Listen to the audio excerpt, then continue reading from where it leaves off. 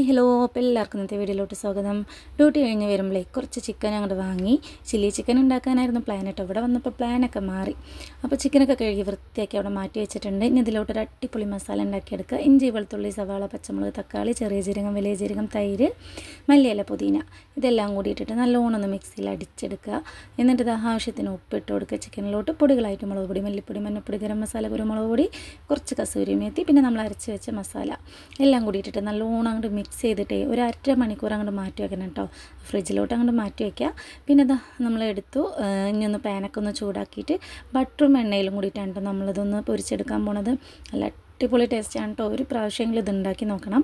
അപ്പോൾ അങ്ങനെ ഇതാ ബാക്കിയുള്ള ബട്ടറും എണ്ണയൊക്കെ ഒഴിച്ചു കൊടുത്തു. നല്ലോണം ചൂടായ ശേഷം മാത്രമാണ് നമ്മളിതിലേക്ക് ചിക്കൻ്റെ കഷ്ണങ്ങൾ ഇട്ട് കൊടുക്കാൻ പാടുള്ളൂ. അങ്ങനെ ഇതാ ചിക്കൻ്റെ കഷ്ണങ്ങളൊക്കെ ഇട്ട് കൊടുത്ത് തിരിച്ചും മറിച്ചൊക്കെ ഇട്ടിട്ട് ഒന്ന് അങ്ങോട്ട് മൊരിച്ച് അങ്ങോട്ട് എടുക്കണം കേട്ടോ. സംഭവം എന്താ അവിടെ സെറ്റായിട്ടുണ്ട്. വീട് മൊത്തം നല്ല അടിപൊളി മണമാണ്. അങ്ങനെ ചിക്കനൊക്കെ ഇതാ അവിടെ റെഡിയായി. ബാക്കിയുള്ള ചിക്കനും കൂടി നമ്മളൊന്ന് പൊരിച്ചെടുക്കുന്നുണ്ട്.